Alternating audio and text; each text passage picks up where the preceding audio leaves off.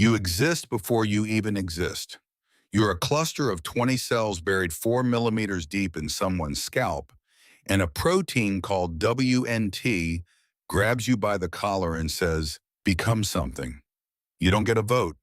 One second, you're a generic blob of tissue. The next, your entire purpose has already been decided for you. Grow hair. That's it. That's your whole existence. Sounds simple enough? Wrong. Building a hair shaft means taking regular skin cells and working them to death. These cells climb up through your center, packing themselves with a protein called keratin, and in the process, they do something genuinely horrifying. They destroy themselves from the inside out. Their nucleus dissolves, their organelles collapse. Every piece of machinery that keeps a cell alive just switches off. By the time they reach the surface, they're not cells anymore. They're dead compressed protein tubes. You just industrialize self-destruction, and that's what you'll spend your entire life doing. Killing cells on purpose, hundreds of them, every single day. The hair you're producing is 0.001 millimeters wide. A human eyelash is about 70 of you stacked side by side. You are running this entire operation. The chemical signaling, the cellular death march, the protein compression, to produce something thinner than a spiderweb thread.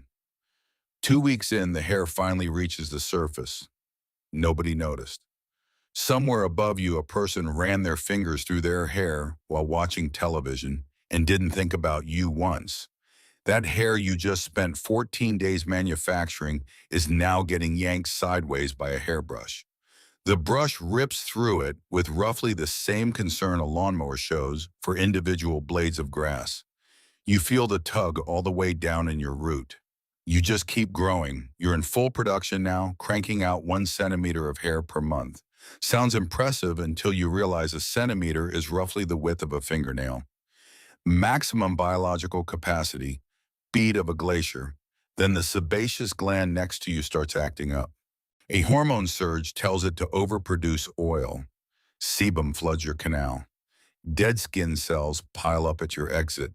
Then a bacteria called Cutibacterium acnes, quietly living on the skin surface, minding its own business, smells the sebum and crawls inside. Now you have squatters. They multiply. Your walls stretch. Your immune system completely overreacts and sends a white blood cell army to deal with it. White blood cells attack. Bacteria fight back. The whole battlefield fills with fluid, dead cells, and inflammatory chemicals. From the outside, this looks like a pimple. From the inside, this is your entire neighborhood on fire.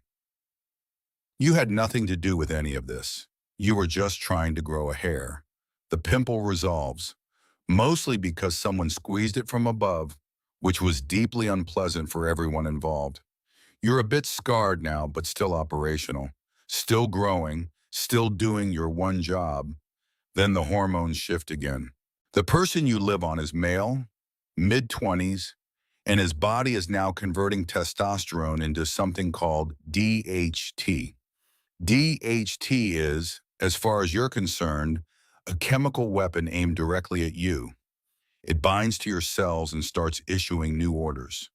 Grow slower, make thinner hair, shrink. You try to ignore it. You keep working. But the signal keeps coming, and gradually your output slips. The hair you're making now is finer, shorter, lighter. It's not the full thick shaft from before. It's barely a hair. It's more of a suggestion of a hair. DHT does not care about your work ethic. Here's something nobody mentions when you sign up for this job. You don't just grow hair forever. You work in phases. Phase 1 is anagen. You grow hair, 2 to 7 years of continuous daily labor. Phase 2 is catagen. Your lower half self-destructs. Blood supply to your root gets cut off. Your bottom third collapses inward like a condemned building. 2 weeks of this. Phase 3 is telogen. You do nothing for 3 months. The dead hair shaft sits in your canal, going nowhere. Then a signal arrives. You rebuild from scratch, and you push the old dead shaft up and out of the pore. That's the moment the hair falls out. You did that. You evicted your own hair. You'll do this roughly 25 times in your lifetime. Skip forward 15 years. The DHT situation has not improved. Each growth phase is shorter than the last. What used to last 5 years now lasts 8 months. The hair you're producing is barely visible. Your neighbors have already shut down entirely. Stem cell reserves depleted, permanently dormant. From outside, this patch of scalp looks completely bald. You are still there, still cycling, still producing something so fine and colorless that from a human's perspective, you might as well not exist. You haven't stopped working in 15 years. It doesn't matter. Then the person gets stressed, chronically stressed. Cortisol floods the bloodstream and shoves hundreds of follicles out of their growth phase all at once. 3 months later, they all shed simultaneously. The person looks at their pillow and sees a small disaster. They try everything.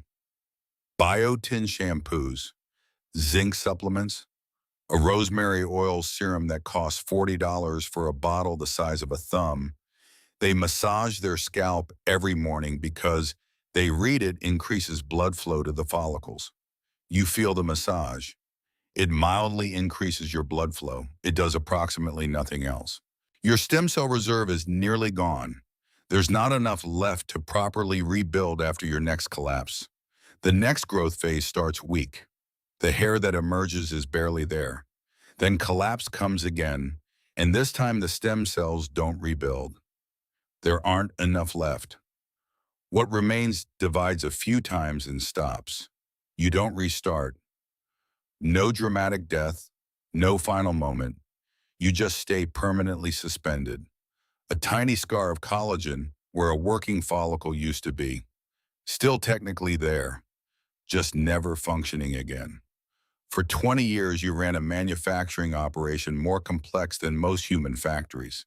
You managed stem cell populations, coordinated chemical signals, survived hormonal warfare, bacterial invasions, and daily mechanical trauma from brushes and heat and rubber bands twisted too tight. The entire legacy of your existence is roughly 40 feet of hair that got cut, thrown away, and washed down various drains across multiple decades. You were never seen.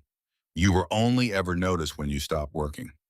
And honestly, that's the most human thing about you.